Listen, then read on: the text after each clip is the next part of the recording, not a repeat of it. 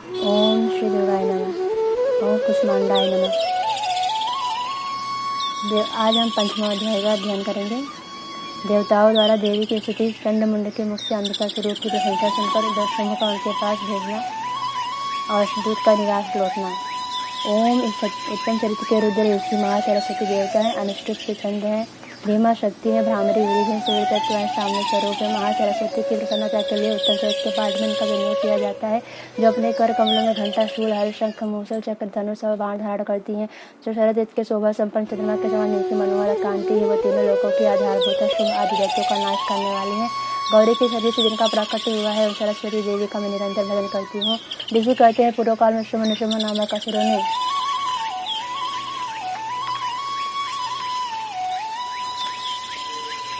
अपने बल के घमंड में आकर शक्तिपद इंद्र के हाथ में तीनों लोक का राजयज्ञ भाग छीन लिया। दोनों सूर्य, चंद्रमा, कुबेर, यम, वरुण का अधिकार का उपयोग करने लगे। वायु और अग्नि का कार्य भी यही करने लगे। जब उन दोनों ने देवताओं को अपमानित करके राज्य भ्रष्ट, पराजित तथा अधिकारहीन करके स्वर्ग से निकाल दिया, उन दोनों महान असुरों से तिरस्कृत होकर देवताओं ने अपराधेती देवी का स्मरण किया। सोचा, जगदम्बा ने हमें लोगों को वर दिया था कि आपत्ति काल में स्मरण करने पर मैं तुम्हारी सभी आपत्तियों का नाश कर दूंगी। यह विचार कर देवता गिरिराज हिमालय पर गए और वहाँ भगवती विष्णु माया की स्तुति करने लगे।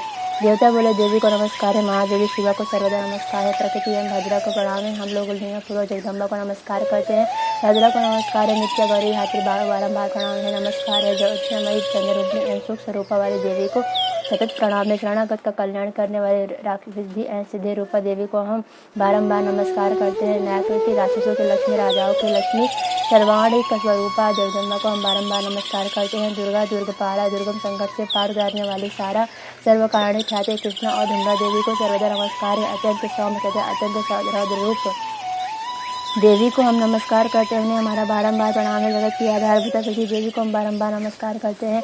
जो देवी सब प्राणियों में विष्णु रूप से स्थित है, उनको नमस्कार, उनको नमस्कार, उनको बारंबार नमस्कार है। जो देवी सब प्राणियों में चेतना में कहलाती हैं, उन्हें नमस्कार, उनको नमस्कार, उनको बारंबार नमस्कार है। जो देवी सब प्राणियों में बुद्धि रूप से स्थित है, उनको नमस्कार है, उनको नमस्कार है, उनको बारंबार नमस्कार है। जो देवी सब प्राणियों में निद्रा रूप से स्थित है, उनको नमस्कार है, उनको नमस्कार, उनको बारंबार नमस्कार है। जो देवी सब प्राणियों में क्षुधा रूप से स्थित है, उनको नमस्कार है, उनको नमस्कार, उनको बारंबार नमस्कार है। जो देवी सब प्राणियों से छाया रूप से स्थित है, उनको नमस्कार है, उनको नमस्कार, उनको बारंबार नमस्कार है। जो देवी सब प्राणियों में शक्ति रूप से स्थित है, उनको नमस्कार है, उनको नमस्कार, उनको बारंबार नमस्कार है। जो देवी सब प्राणियों में तृष्णा रूप से स्थित है, उनको नमस्कार, उनको नमस्कार, उनको बारंबार नमस्कार है। जो देवी सब प्राणियों में क्षमा रूप से स्थित है, उनको नमस्कार, उनको नमस्कार, उनको बारंबार नमस्कार है। जो देवी सब प्राणियों में जाति रूप से स्थित है, उनको नमस्कार, उनको नमस्कार, उनको बारंबार नमस्कार है। जो देवी सब प्राणियों में लज्जा रूप से स्थित है, उनको नमस्कार, उनको नमस्कार, उनको बारंबार नमस्कार है।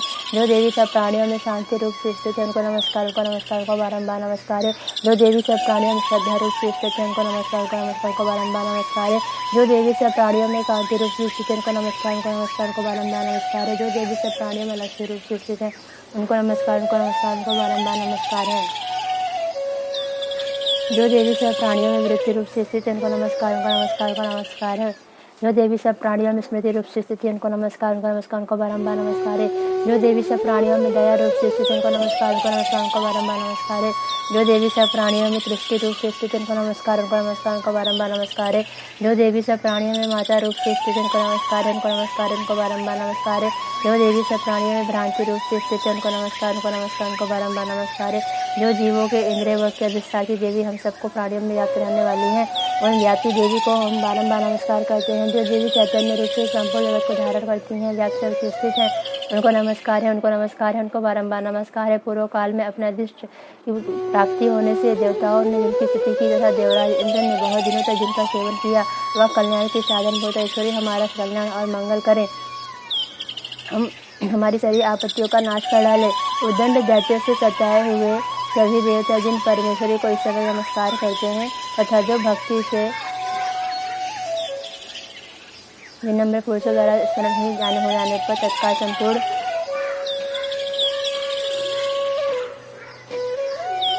विपत्तियों का नाश कर देती हैं, वह जगदम्बा हमारा संकट दूर करे। ऋषि कहते हैं, राजन इस प्रकार जब देवता स्तुति कर रहे थे, उस समय पार्वती देवी गंगा जी के जल में स्नान करने के लिए वहां आई।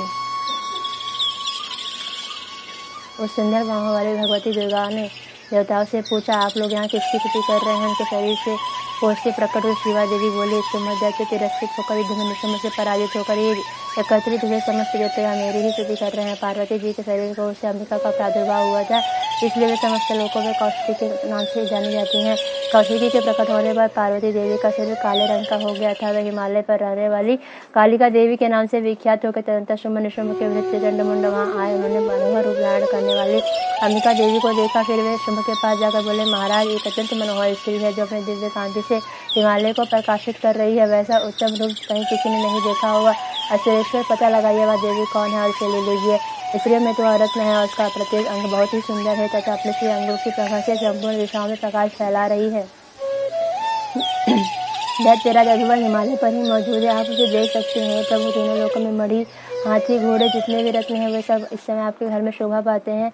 हाथियों में रत्नभूत ऐरावत परिजात का वृक्ष और शोभा पाते हैं, और यह उच्च श्रव घोड़ा यह सब आपने इन्हीं से ले लिया है। हंसों से जुटा हुआ यह विमान आपके आंगन में शोभा पाता है। रत्नभूत जुटा हुआ विमान, अद्भुत विमान जो पहले ब्रह्मा जी के पास था, आपके पास यहाँ लाया गया है। यह महापद्मा नामक निधि आपने कुबेर से छीन लिए हैं। समुद्र ने आपको जलकंदी नाम की माला भेंट की है जो केसर से सुशोभित है और जिनके कमल कभी कुमलाते नहीं है।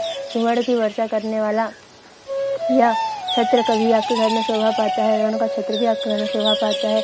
यह श्रेष्ठ रथ जो पहले प्रजापति के अधिकार में था, अब आपके पास मौजूद है। हे दैत्येश्वर, मृत्यु की उत्क्रांति दे नाम वाली शक्ति भी आपने छीन ली है। वरुण का पाश और समुद्र में होने वाले सही प्रकार का रत्न आपके भाई निशुंभ के अधिकार में है।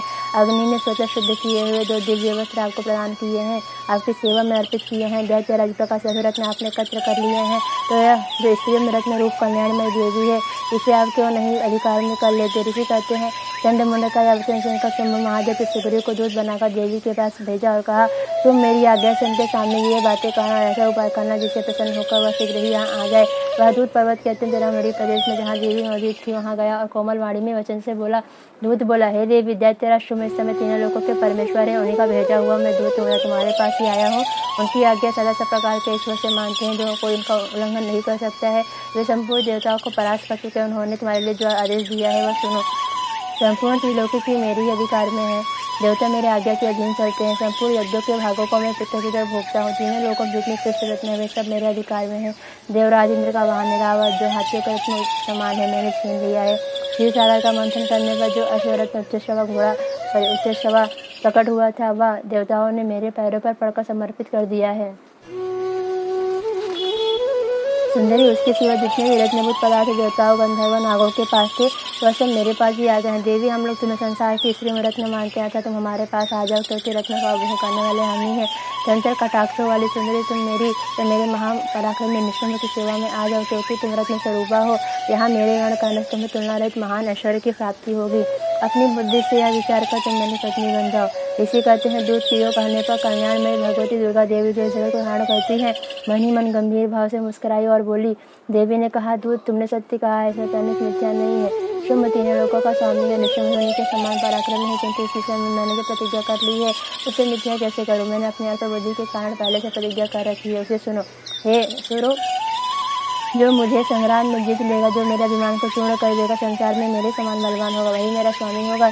इसलिए शुंभ अथवा महादेव निशुंभ स्वयं ही यहाँ पधारे और मुझे जीत कर शीघ्र ही मेरा पाण ग्रहण कर ले। इसमें विलंब की क्या आवश्यकता है। दूत बोला, हे देवी, तुम घमंड में भरी हो, मेरे सामने ऐसी बातें न करो। तीनों लोगों में ऐसा कौन सा पुरुष है जो शुंभ निशुंभ के सामने खड़ा हो सके। देवी, अन्य दैत्यों के सामने तो सारे देवता युद्ध में नहीं ठहर सकते, तो तुम तो अकेली स्त्री होकर कैसे ठहर सकती हो।